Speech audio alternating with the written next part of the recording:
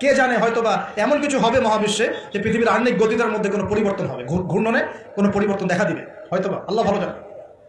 তা আমি বিশ্বাস করি এটা হবে, কিন্তু আমি বলি না কারণ এই মানুষ বলবে যে আপনি এত স্পেসিফিকলি কেমন করে বলতে পারেন। তা আমার বিশ্বাস এরকম কিছু একটা হবে, মহাবিশ্বে এমন কিছু একটা হবে যাতে এই পৃথিবীর গতির মধ্যে একটা পরিবর্তন আসবে। না হলে দাজ্জালের একদিন কেমন করে 1 বছরের সমান হতে পারে? সাহাবীরা প্রশ্ন করলেন, ইয়া রাসূলুল্লাহ, আমরা তখন নামাজ কেমন করে পড়বো? নবীজি বললেন, অনুমান করে পড়ে নিবে, তোমরা এস্টিমেট করে করে অনুমান করে পড়ে নিবে যে কতটুকু সময় পর পর রক্ত হচ্ছে। তার মানে সাহাবীরা নামাজে তখনও সচেতন ছিলেন। তারপর দেখেন, ইয়াতাকারাবু জামান, নবীজি এটাও বলছেন দাজ্জালের দ্বিতীয় দিনটা হবে এক মাসের সমান, আর তৃতীয় দিনটা হবে 1 সপ্তাহের সমান, বাকি দিনগুলো হবে তোমাদের দিনের মতোই। এটা হবে, বিশ্ববাসী দেখবে এগুলা। বিশ্বের সামনে ভয়ঙ্কর কিছু ঘটনা ঘটা এখনো বাকি আছে। বিশ্বটা এমন থাকবে না, এখন যা দেখছেন সব এমন থাকবে না।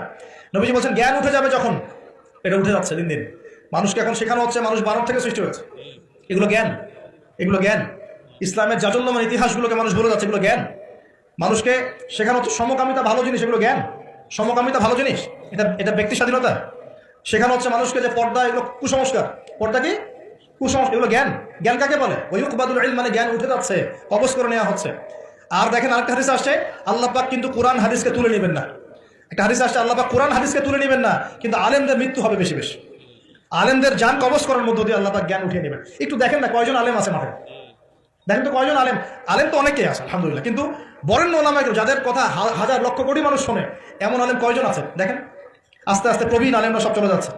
আর যে প্রজন্ম আমরা তৈরি করছি, এই প্রজন্মের কতজন এর অর্জন করে ওই চ্যালেঞ্জ বুকে নিয়ে জাতিকে সংস্কারের জন্য নেমেছে দেখেন একটু। আমাদের দুনিয়া পেয়ে বসেছে। আমাদের চিন্তা হচ্ছে মসজিদ ইমামতি নিয়ে একটা তারাবি পড়াবো, ইমামতি করবো, একটা মাদ্রাসার মুহতামি হবো, এতটুকুই আমার চিন্তা স্বপ্ন। কেন? স্বপ্ন থাকতে হবে যে আমি আমার জ্ঞান দিয়ে উম্মাকে পরিবর্তন করবো ইনশাআল্লাহ, এবং আল্লাহর জমিন, আল্লাহর দিন প্রতিষ্ঠা করে ছাড়বো ইনশাআল্লাহ। এরকম চ্যালেঞ্জ নেওয়ার মানসিকতা আছে কয়জনের? খেয়াল করে দেখেন। আর হিউজ এই যুব সমাজ যারা জেনারেল লাইনে পড়ছে, তাদের মধ্যে কয়জন আলেম হচ্ছে একটু চিন্তা করেন। আর যারা 2-1 জন উঠে আসার সুযোগ পাচ্ছে, তাদেরকে আবার মানুষ বুক ভরে রিসিভ করছে না, তারা হেল্প পাচ্ছে না, সহযোগিতা পাচ্ছে না, বরং হিংসার শিকার হচ্ছে, বিদ্বেষের শিকার হচ্ছে, আগ্রহ হারিয়ে ফেলছে। আমি এখানে সে কি করবো, আমাকে তো বুকে টেনে নেয় আর কেউ নেয়, এমন মনে হচ্ছে মানুষের কাছে। তো জ্ঞান উঠে যাবে, কিন্তু শুধু কোরআন সুন্নাহ আল্লাহ পাক তুলে নেবেন না, এমনটা আল্লাহ পাক বলেন নাই। আল্লাহ বলেছেন, তার নবীর মাধ্যমে জানিয়েছেন যে আলেমদের মৃত্যু হবে, সংখ্যা কমে যাবে। সংখ্যা বেড়েছে না কমেছে? তা আল্লাহ পাক আমাদেরকে বোঝার তৌফিক দান করুন। আমরা এখন আলেম হই নাই, যে শব্দগুলো আমাদের সামনে ইউজ করা হয়, কসম আল্লাহর, এগুলোর সাথে আমাদের কোনো সম্পর্ক। এখন আমরা শুধু তালেবে ইলম আছি। আর আমি দোয়া করি আমি তালেবে ইলম অবস্থায় থাকতে চাই, কারণ জ্ঞানের কোনো শেষ নাই। দোলনা থেকে কবর, জ্ঞান অর্জন করতেই থাকতে হবে। নবী মুসা আলাইহিস সালাম পর্যন্ত জ্ঞান অর্জন করতে গিয়েছেন খিজরের কাছে আলাইহিস সালাম, জান নাই? নবী মুসা আলাইহিস সালাম বলছেন আমি সবচেয়ে জ্ঞানী মানুষ, আল্লাহ পাক বলছেন না, তুমি সবচেয়ে জ্ঞানী মানুষ না, ওই যে আমার বান্দা খিজর, ও জ্ঞানী মানুষ। তখন তিনি বলছেন আমি তার সাথে দেখা করতে চাই, জ্ঞান শিখতে চাই। হাল আত্তাবিউকা আলা আন তুআল্লিমানি মিম্মা উল্লিমতা রুশদা, তিনি গিয়ে বলছেন আমাকে কি আপনার সাথে রাখবেন, আল্লাহ পাক আপনাকে যা শিখিয়েছেন তার থেকে কিছু শেখাবেন? কে বলছে? নবী মুসা আলাইহিস সালাম। তো নবী মুসা আলাইহিস সালাম তালেবে ইলম হতে পারেন, আর আমরা কি ইয়া হয়ে গেছি নাকি? ওই আন্তর্জাতিক খ্যাতি সম্পন্ন হাবিজাবি এগুলো বয়কট করেন, দরকার নাই, এগুলো কোনো দরকার নাই। এমনি আমরা তালেবে ইলমে থাকতে চাই। আর আমরা শুধু দায়ী মাত্র, আপনাদেরকে হয়তো দাওয়াত দিতে পারবো, কিন্তু ফিকহের কঠিন মাসালাগুলো, গভীরতা, এগুলো আমরা বলতে পারবো না, এগুলো মুফতি সাহেবরা বলতে পারবেন। তো বরেণ্য ওলামায়ে কেরামদের সংখ্যা কিন্তু কমছে। আমরা দোয়া করি আল্লাহ পাক সমস্ত মজলুম ওলামায়ে কেরামকে মুক্তিদানের ব্যবস্থা করেন, এবং আল্লাহ পাক বাংলার জমিনে আলেমদেরকে দিয়ে ভরিয়ে দিন ইনশাআল্লাহ।